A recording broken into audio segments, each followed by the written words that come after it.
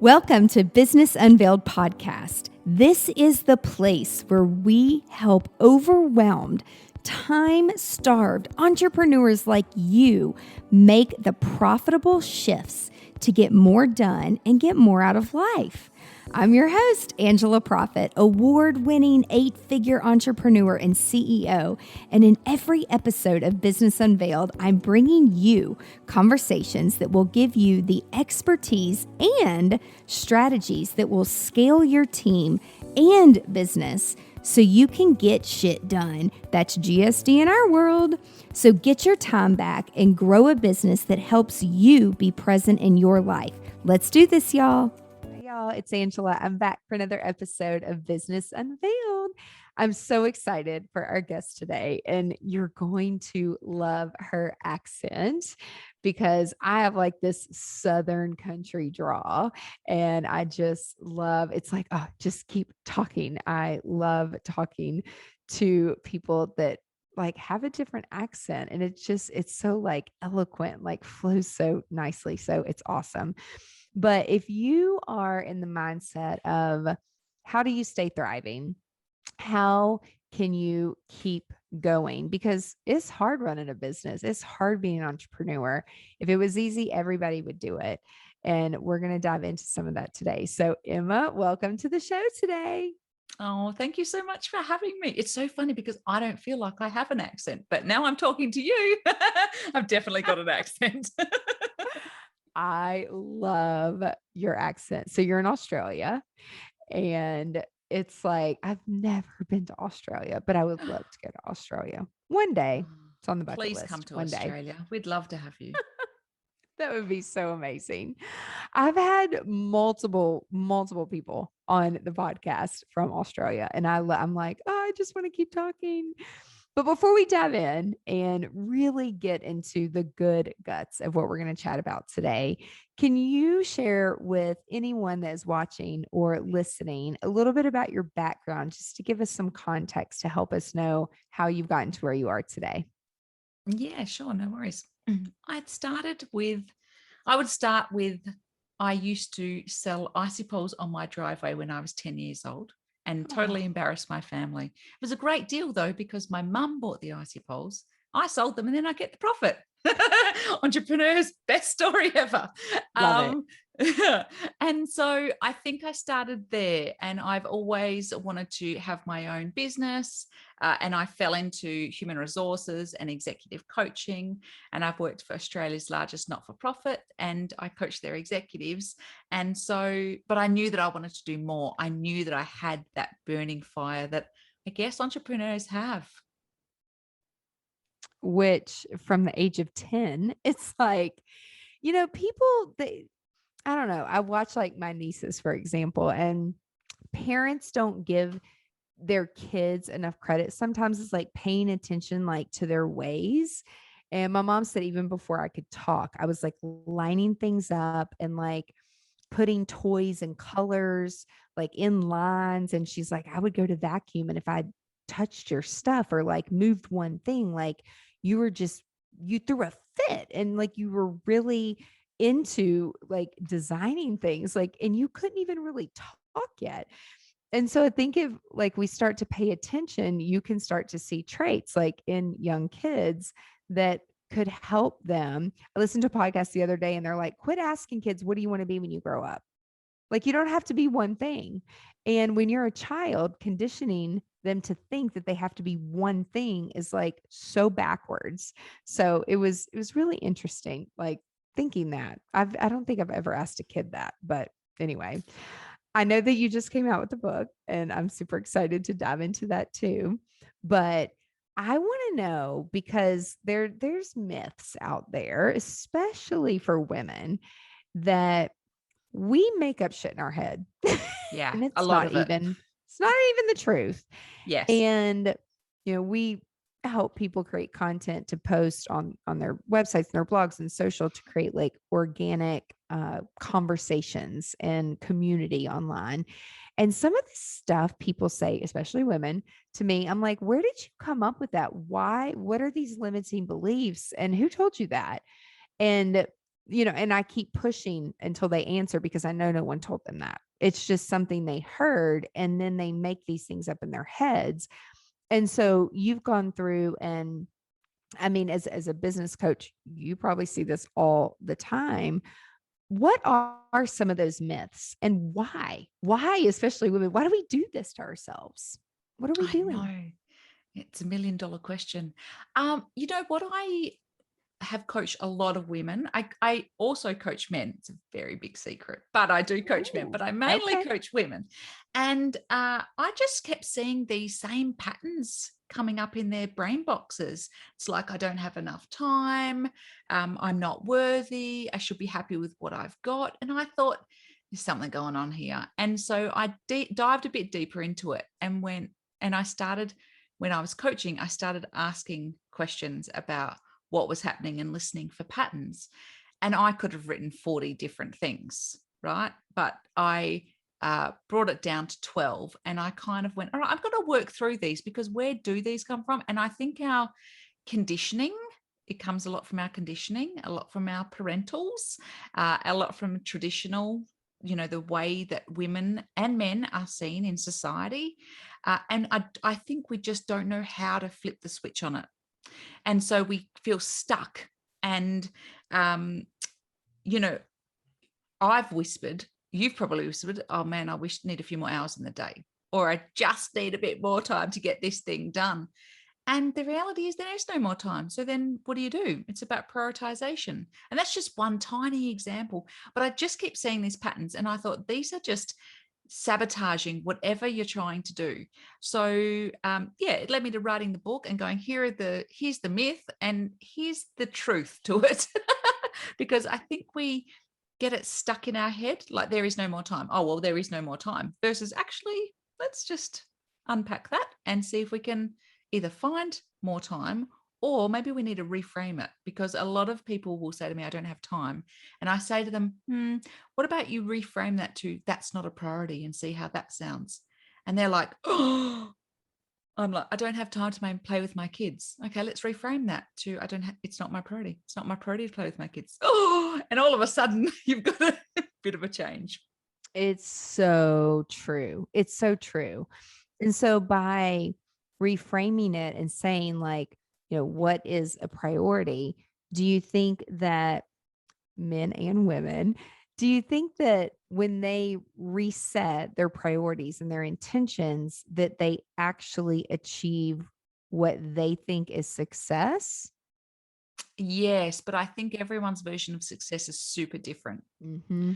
And so you just need to know what's the anchor for your success, because success to one is not success to another. But if you're prioritizing, and what I see women do, because I mainly work with women, not because men don't do this, but they ruthlessly prioritize. They really look after their time. They batch their time. They are ruthless with their calendar management. And that helps them to achieve whatever their version of success is. So yeah, I definitely think if you prioritize, you can hit your success, but you just got to know what the success factor is first. Well, and I had a mentor years ago who said, like, let's put your buckets and dump everything out of your brain, like all your buckets, like what's in your personal bucket, what's in your business bucket, and like what is a priority. And that's how we started to understand and learn like calendar blocking and time blocking, and more important, what to say no to, and understand capacity and stop overcommitting. It's a lot to work through, but those things have really helped. Mm. But even in doing all of those things, especially women, from a confidence perspective, some people I mean, constantly it's like, no, I can't do that. Or it's going to be 2 weeks. And then it's like confidence goes down. And then it's like looking at things like, well, shit, am I really doing the right things? Like, how am I spending my time? And Mm, what I've noticed about myself is when I'm doing things that I'm happy, I'm passionate, and I know it's profitable for the company, like confidence comes with that. But yes. then if there's things where it's like, fuck, I should have said no. Like, why did I do that? I have these Mm, internal conversations. And then it's like, just confidence goes down. yeah. So, what are some things, and that's just my personal experience, but like, what are some things that you like, all the patterns and stuff that you have studied? How can people like keep their mojo, keep their Yeah. confidence up, and keep going? Well, it's interesting because confidence is an interesting thing. And I think one of the things that I talk to a lot of my clients about is, are you playing to your strengths? Because it's like building a muscle, right? So if you're playing to your strengths, then and strength, if you don't know what your strength is, there's two easy ways to figure it out. Think about, what did you love doing as a kid? Because probably what you loved doing as a kid has some relevance to today. And or what is the thing that you get lost in now? For me, it's certainly not Excel spreadsheets, but for some people, they get lost for hours in Excel spreadsheets. So you would Yeah. think it might be a strength. Yeah. For me, Some people it's love not. it. Some people love it. That if we any of those people, well done. That is Yeah. not me. So I think that playing to your strengths means that you will be happier and more engaged in work and life generally. And Mojo Motivation, it's a really interesting thing, right? Everyone's tried to go on a diet, or everyone's done a New Year's resolution. And what happens is motivation fades. And so I talk a lot about, okay, motivation fades, but what are the habits that we can put in place to make sure that you can achieve your goals? Because motivation ebbs and flows, right? It's like, and when we lose our motivation or we lose our mojo, it's good just to take a bit of a restock and go, okay, why first? What's my why? Why do I want to do this thing? And what are the small steps that I can put in place to create some habits so that when my mojo disappears, I've still got those habits in play, right? And I had a client who I've just finished working with her 12 months. Her employer rang me and said, would you coach her? She's a talented senior leader. And I'm like, yeah, no worries. And for the first 3 months, we just worked on getting her sleep, her water, and her exercise right, all basic things, right? Maslow's theory. Mm-hmm. And then we put some habits in place. And by the 3 month mark, she was putting all these habits into play. And by the time we finished, I said, how do you feel? 12 months coaching with me. And she's like, I feel like I've got all these great habits and I'll continue to grow, but I've got the foundation set. And I thought, that's exactly what it feels like. It feels easy because we've got those habits in place. When you've got a routine and it's awesome and you think, yeah, I've nailed it. That's how I feel about Yep. my morning and my evening routine. Yep. So important. Yep. It's so important. And it's like, I'm not so much of like a routine person, but when I have accountability to a trainer to get up that I am paying that holds me accountable, it's like I don't want to get out of bed early every morning. Especially, if I stayed up till midnight or 1 o'clock in the morning doing something else. And I know that about myself and I know that about the habit. So that's why it's like putting something or a habit in place to where it's going to not force you, but like hold accountability to like get up and go. But I don't have to think as hard at the gym. Like he'll just tell me what I'm going to do and what I'm going to do that day and I'll do it. And as entrepreneurs and leaders and business owners, like we have to make so many decisions on a Yeah. day-to-day basis. Yeah. So personally, when it comes to, the personal time, I don't want to make decisions. I don't want to think about dinner and lunch. It's like, can someone just prepare it and it like appear? So, but it's like when you plan ahead, so those things are healthy and the habits get better than going through McDonald's or Taco Bell or Wendy's, which is terrible for you. So it's like creating those habits. Or I was listening to something the other day and the girl was like, or just go a different way home. Like if you're inclined to stop at McDonald's or whatever, like find a different route home. Yeah. Usually there's a few different ways to get there. And so I love that, like creating the habits. And I mean, just like the client, she had a coach to help her stay consistent, to create the habits and create the foundation. It's so important. Yeah. So And I think also decision fatigue is real for yes. entrepreneurs and business owners, right? Uh, Oh my goodness, decision fatigue. If someone asks me one more question, I'm going to, going to scream. But one of the things that yep. I did, and this is a hack, I got a personal stylist because I was like, what am I going I actually went into I stepped out of corporate role and I went, I'm going to wear jeans every day. That's what I want to do. That's And then I awesome. realized, well, jeans is a bit hard to pull off every day. But anyway, I hired a personal stylist. And from that, so she came to my house, she had a look at my stuff. We went shopping together. Actually, she went shopping first and then I turned up, which is great because I hate Yep. shopping. And then Me she too. put all my new outfits together. She photographed them. And on my phone now, I've got an app.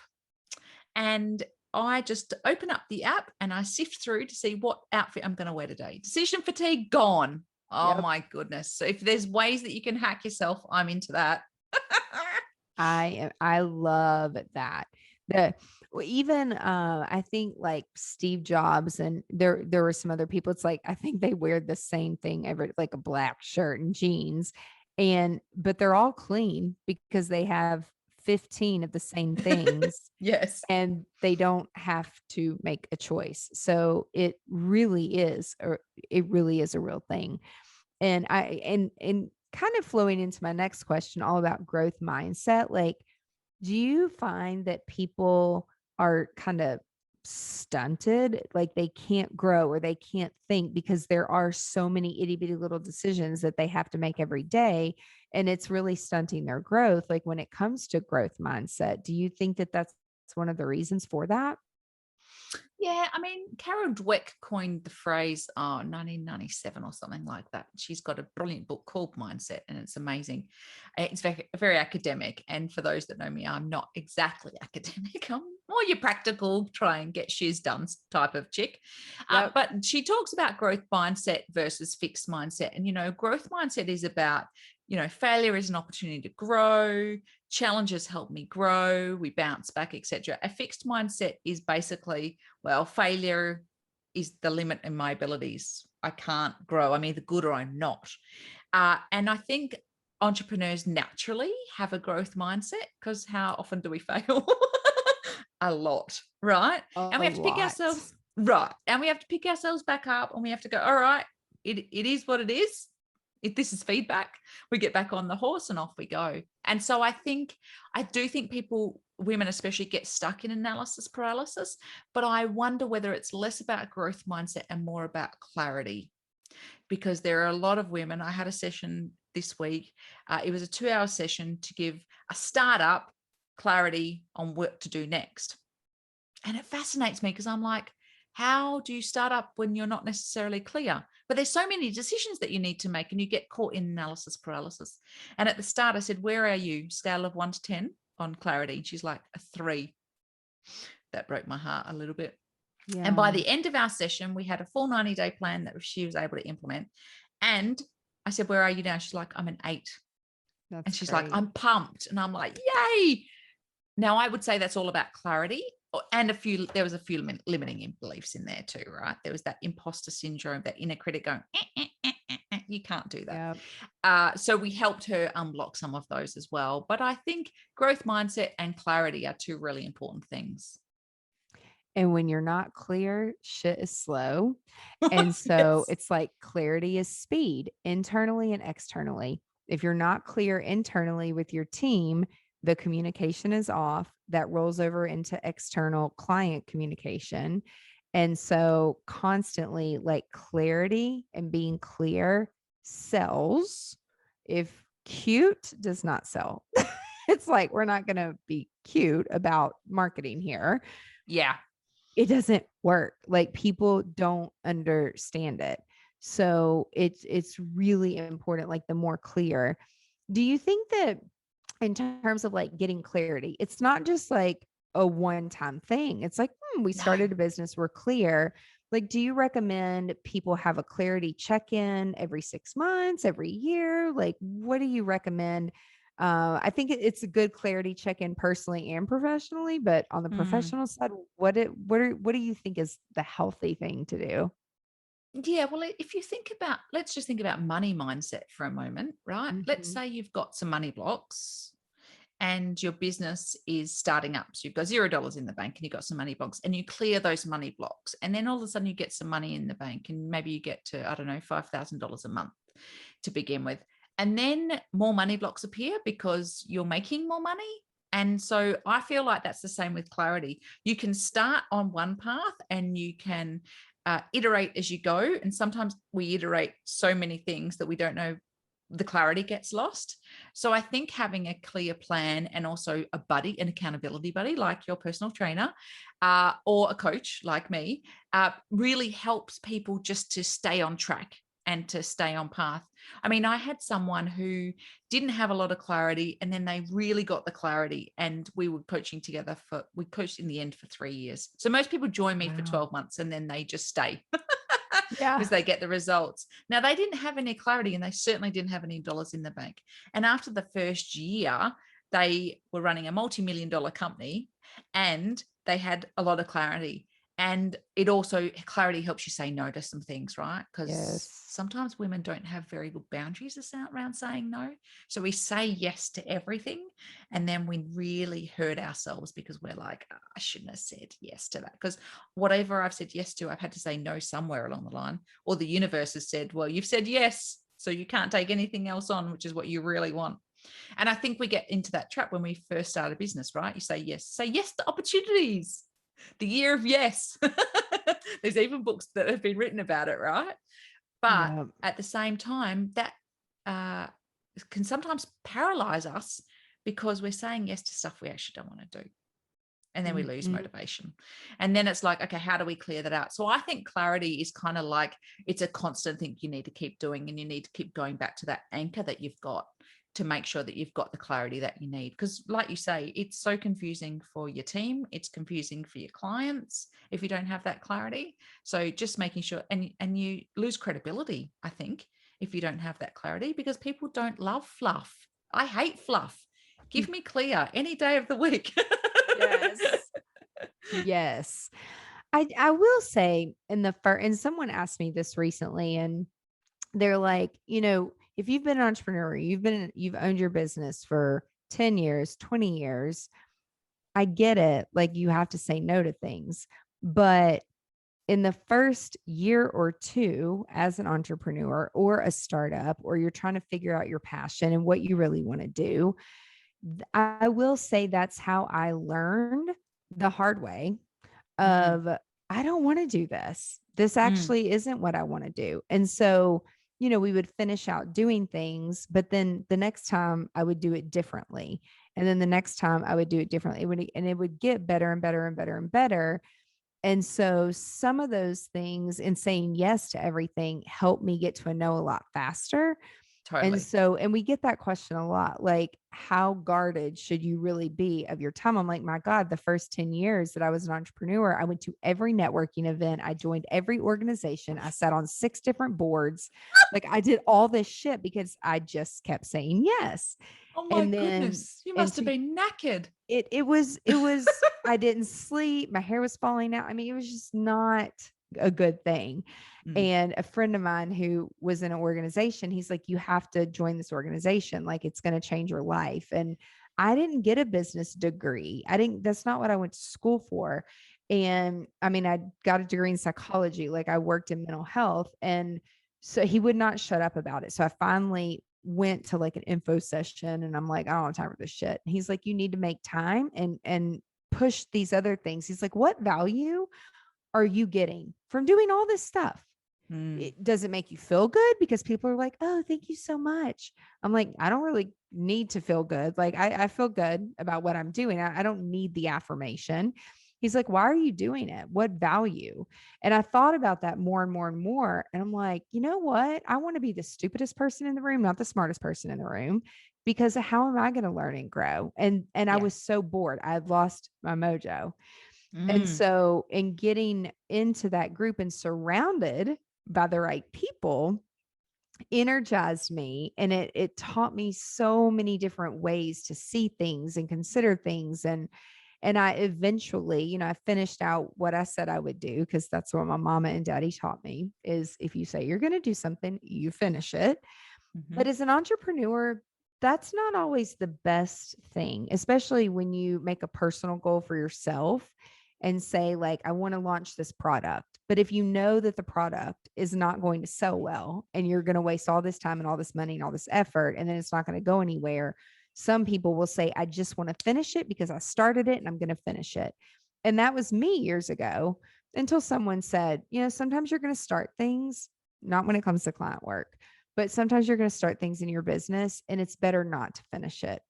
And so how how can people know they're surrounded by the right people first? Mm. And who should they listen to? Like, the right people, Yeah. who should they listen to in doing all these different things? Because when you're not surrounded by the right people, it's detrimental. Oh, it so is. And so often women in particular feel like they have to do it all themselves and on their Yeah. own, right? We feel like we can't go anywhere. We need to do it ourselves, yada, yada, yada. But in the book, I talk about it takes a village to raise a kid. Why do we think it doesn't take a village to raise a business or three businesses? Do you know what I mean? Like, it's just Yeah. different expectations. And I think who you surround yourself with is really important. And I think how you choose it is what's missing for you. So, my friend Janine Garner wrote this book called It's Who You Know, and it's about who have you got on your personal board of directors. Who's your butt kicker? Who's your mentor? Who's your teacher? Who's the person that's actually just cares for you and says, "Hey, Emma, how you doing? Actually, how are you doing? Not business related, just, you look like you're falling apart. How you doing?" Yeah. And I also, so that's one thing. You need to make sure that they complement you and the skills that you have. But also, like you said, you don't want to be the smartest person in the room. Where will you grow? And I think, for me personally, I was always known as Emma McQueen, World Vision Australia, because that's who I worked for here in Australia for 12 years. And eventually, then I was just Emma McQueen Pty Ltd. Very creative business name. Yeah. And what I noticed is that the people that knew me then wouldn't let me go and grow to who I am now. And so sometimes you have to do a bit of a stock take on actually who is in my circle and are they good Yes. for me right now, from a business and a personal perspective, right? Because we've all got negative Nancy's who kind of we hang out with, and they steal our energy, and we think that energy could go elsewhere. And so I actually think that's the most important thing, to have a group of people who are not necessarily like-minded. Diverse opinions are great. Gender differences are great. But also that they push you to the next level, whatever your next level is. And I think that's super important. And I see women hanging out with women who are all at the same level, and it's all a lot of group think. And I think, hey, let's break it up a bit. Let's go have a look at your network and see who else you need to diversify, because otherwise, one, you'll be boring. Two, it'll be about groupthink. And three, you'll just plateau. And we've seen it happen over and over. And some women get really offended when I say that, because they're like, oh, I couldn't possibly, change my friends up. And I'm like, well, do you want to stay stuck or you want to grow? That's the choice you make. But yeah, surrounding yourself with the right people is one of the most important things that you can do.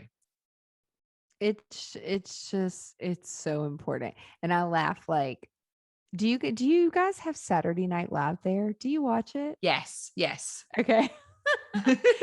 So I don't watch much TV, but there are some episodes or some skits, not full episodes. I don't have the attention span to sit there for an hour and a half.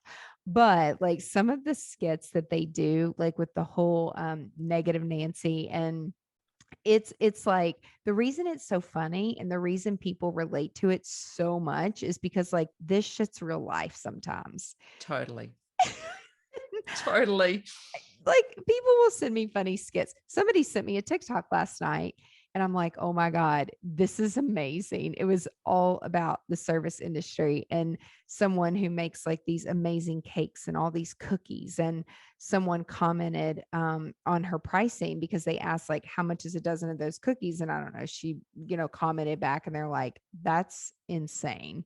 So like, it's Ouch. butter. Yeah. The guy was like, it's butter, flour, and I don't know, something else. I mean, he was an ass. And he's like, Yeah. I don't mind paying for services, or he said, I don't mind paying for the products that you need to make this stuff, but this is ridiculous. She made the funniest TikTok back to him, and she literally took a pan, threw sticks of butter and threw flour and threw like the cookie molds and threw the icing pack just into a pan. Yeah. And she's like, that's what no talent, no skill, no experience gets you is basic, doesn't even like unpack the Well butter. But done, when it, girlfriend. right? And so I'm Yes. like, oh my God. I'm like, I want to use this sound. I want to do it. And I'm like, and then she has everything turned off. I message her. I'm like, I can't use your sound. I can't duet you and I can't stitch you. But this is like one of the best ways that you can communicate to people that if you want a badass cake or these amazing cookies that take 30 minutes a piece to handcraft because they're Yeah. that custom, you get what Yeah. you pay for, Totally. So it was just a really great analogy of like showing some people like they don't need to be in our circle and they're not the Yeah. right people and they're not the right potential client, and like you can move on. And Yeah. oftentimes like so we got an email yesterday from a potential client, and she's like, well, I understand you have a lot of experience and I understand that you and your team, like, what you're doing and you have a great reputation, but we just can't quite afford that. And so do you have other alternatives to your pricing structure? And I'm Wow. like, I don't know what to say to that. Like, we're a business and they are what they are. And in fact, we're coming into quarter four, which means next year our prices are going to go up because inflation is such a big thing right now where I live and where I'm from.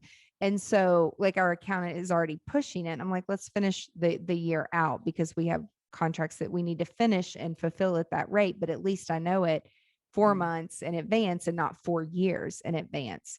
And so one of my team members, she's like, how do I even respond to this? And I'm like, I don't know because I wouldn't respond very nicely. It, it, it is what it is. We run a business. If you can't afford it, best of luck to you.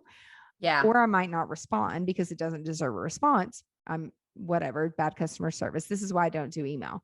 And I'm like, you'll figure out a way to say something really nice. Like Yeah. I, I can't even bring that energy into it because it's so disrespectful. It Yeah. is so And disrespectful. well, even the cookie man, like Mm-hmm. if he can't see the worth in the cookies, go buy. We have Tim Tams here in Australia. Do you know what a Tim Tam is? Yeah. We don't have that. You don't have Tim Tams. Oh, okay. They're like luscious chocolate on top of chocolate with chocolate in the middle. They're amazing. You need to get your hands on some Tim Tams. Oh my gosh. Um, and go buy a packet of Tim Tams from the supermarket if you don't Right. see the value. And why is it anyone else's problem if they say we're too expensive? It's actually an issue for them. It's about their self-worth, or maybe they're just not at the exact moment meant to work with us yet because they're not Right. quite right. Yeah. So I think it's about fit. And I think I love it. I get that too. I got an email yesterday who said, I would love to work with you, but you're just too expensive. I also haven't responded yet. But my response will be something like, expensive is on a spectrum. And if you think I'm too expensive, that's actually not my issue. And I'm Right. okay with that. Yep. Yeah.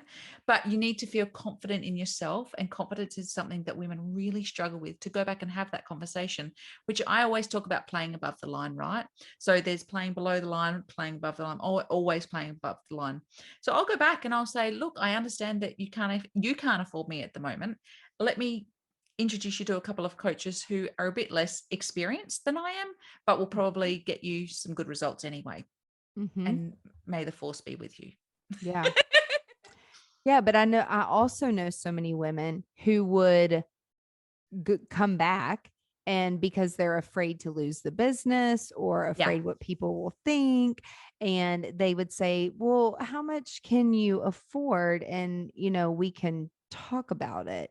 Yeah. And I mean, that was me years ago, and it was like the worst thing ever, because I didn't know what to say, and I didn't know how to deal with it, because I truly wanted to help people. I do want to help everybody, but you can't Yeah. help everybody. You can't Same. be everything to everybody. Like, Yeah.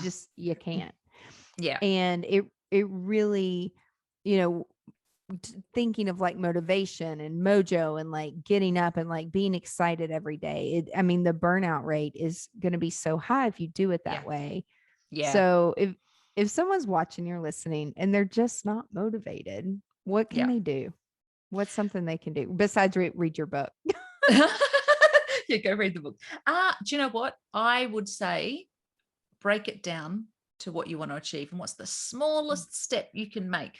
It might be picking up the phone, it might be putting something into your calendar, it might be sticking to the thing that you've put in the calendar, right? It's not enough just to stick it in the calendar, then you've got to stick to that appointment. Just the smallest thing, because I think what happens is that builds momentum. It's like a snowball, and you get to do the small things, and that will help you with your momentum, and it will ultimately help you with your mojo. But also go back to your why. Go back to your why. Why am I doing this? Is this important? I mean, I have some clients who have said, I need to do this, and I've gone to them, all right, let's look at your to-do list, because I hate to-do lists, but they love them, and go, what do we actually need to do? What do we actually, from a business perspective, what do we need to do? Great. What don't we need to do? What can we delegate out to other people who have the strengths and skills that we don't have, or it doesn't give us joy? And what can we ditch? What can we get rid of that it wouldn't matter anyway?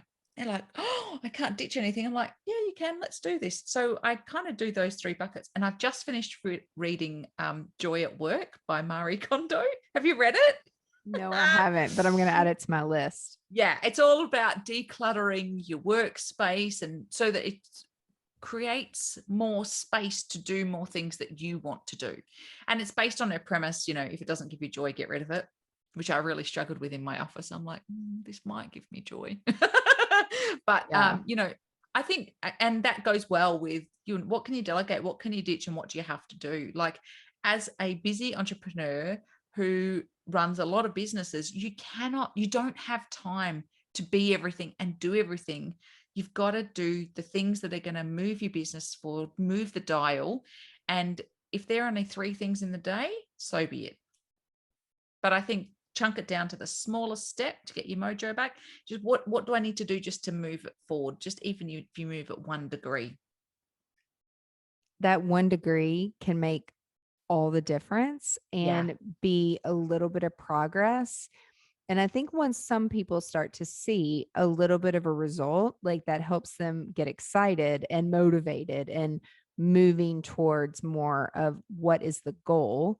And I remember when I was so busy, like busy doing the wrong shit, right? Like, Yeah. it's like, goals. I don't have any goals. What do you mean? I don't have time for goals. Like, and I had a business manager say, like, well, how many do you want to do and how many months? And like, let's design the life Yeah. in the calendar, Yeah. not let the clients run it and like do it by default. And I didn't know what I didn't know, because Yeah.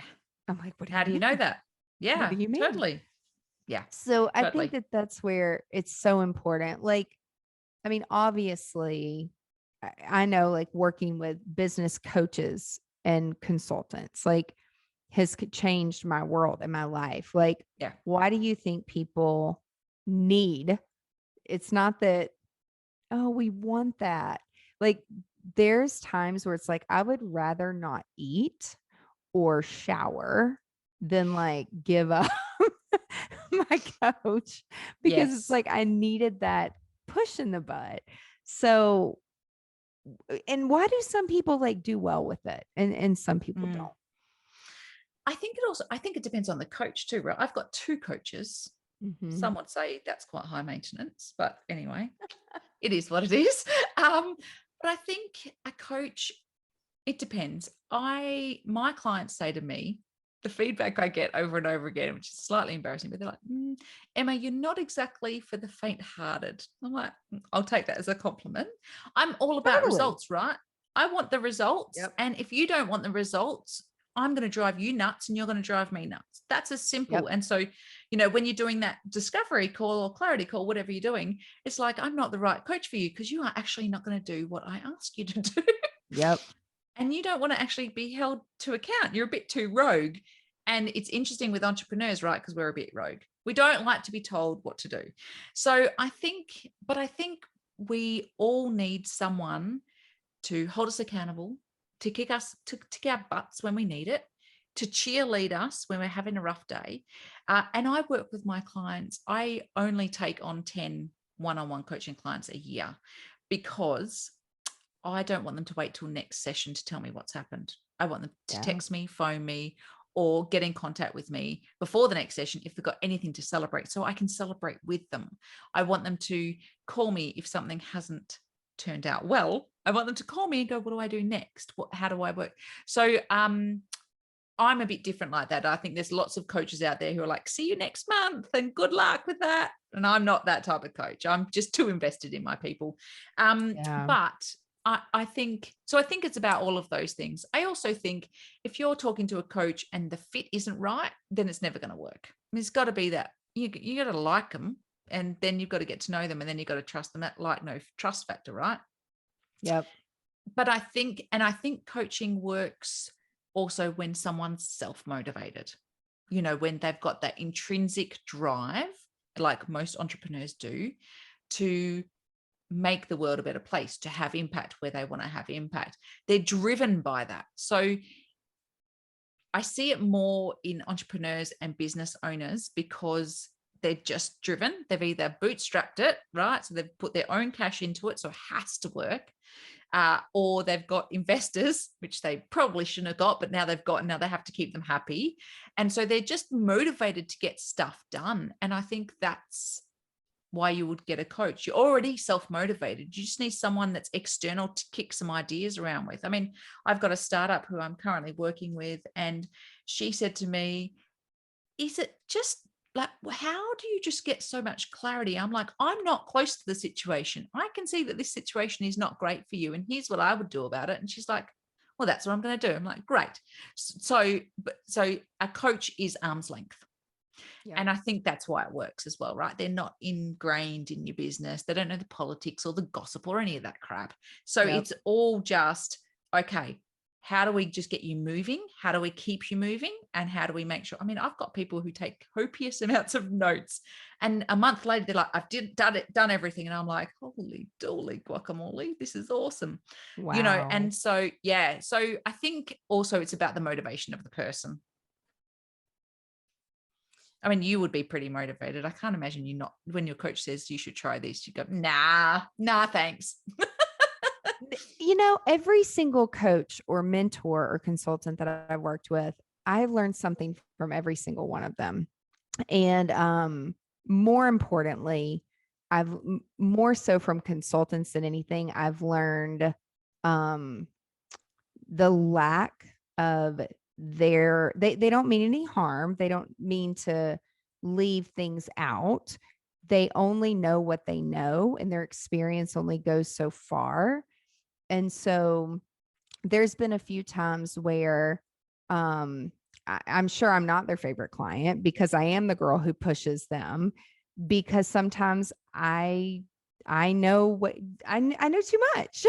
And I've been around the block a few times, in the marketing space and in the coaching, the online course and coaching world and e-commerce and digital marketing. I've been to way too many conferences. I speak at a lot of conferences. I know a lot of people in the space. And so when they're trying to bullshit me, which frankly, like I don't appreciate, but it's like, people are like, oh, you're a short little blonde. And they do know, and that's okay. But I've learned how to not treat people because of that. Yeah, And it's like, my mother always says, like, and someone famous said this, like, people, you remember how people make you feel. You may not yeah, remember everything they say, but it's like, if you make me feel dumb, which I know I'm not dumb at certain things, but you can't be good at everything. It, totally. it, it really matters. There's only been one person though, after the first month, a couple years ago, that it was just not going to work. He was very controlling, and had a very young wife who did not like his female clients, and she let me know that. And I'm like, your husband's old enough to be my father, maybe grandfather, and you have like a bunch of kids, and like I'm not into a bunch of kids, and like I'm sorry if the other female clients like want your husband, but like I don't want him, and I don't want his money. Like I have my own. And so like he was going through some insecurities and marital issues, and then was trying to like pull me into it, which is not what a coach is for.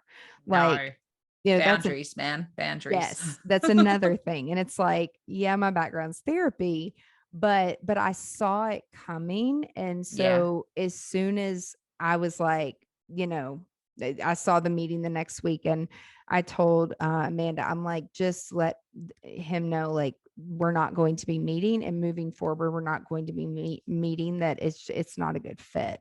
Yeah. And it was like a one sentence thing. And then, he writes back this big long email, which I still save to this day, because in the subject line, it said, "Hey, they're fancy."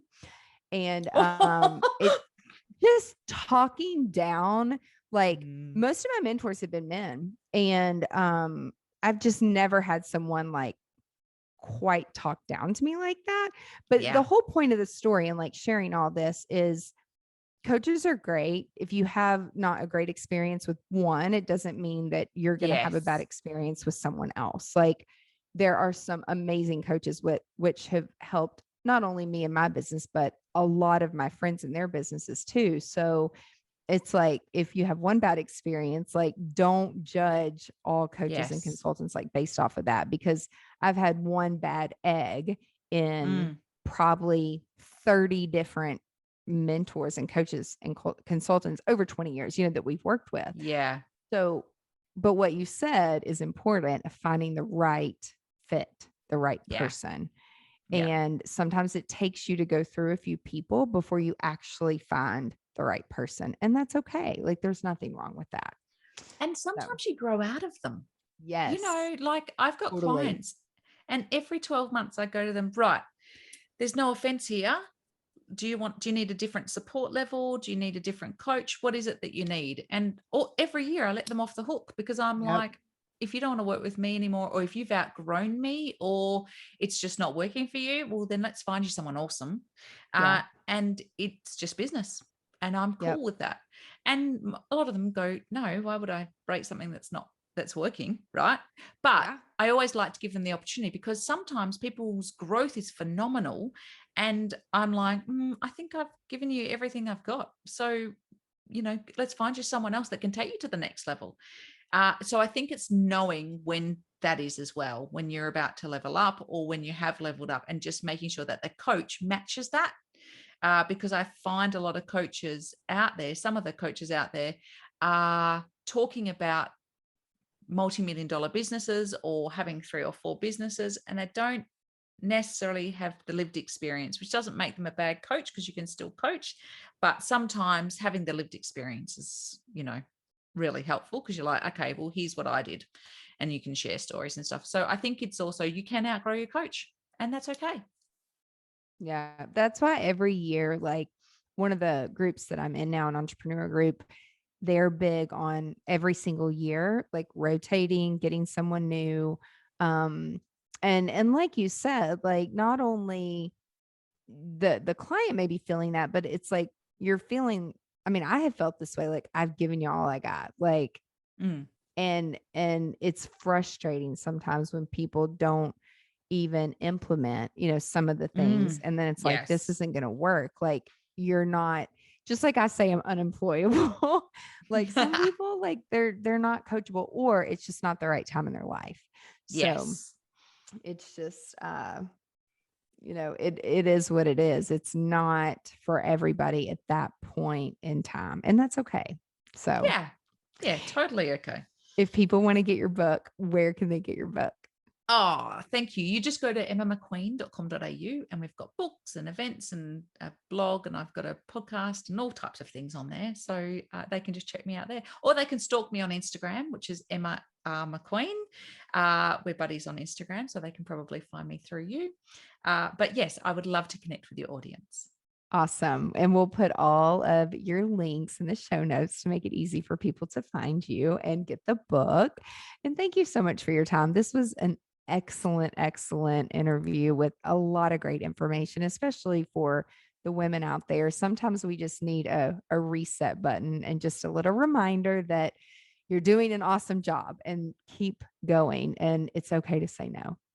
Absolutely. And thank you so much for having me on your podcast. I was so thrilled when I saw it come through. I'm like, yay, I get to speak to Angela. It's going to be awesome. It was awesome.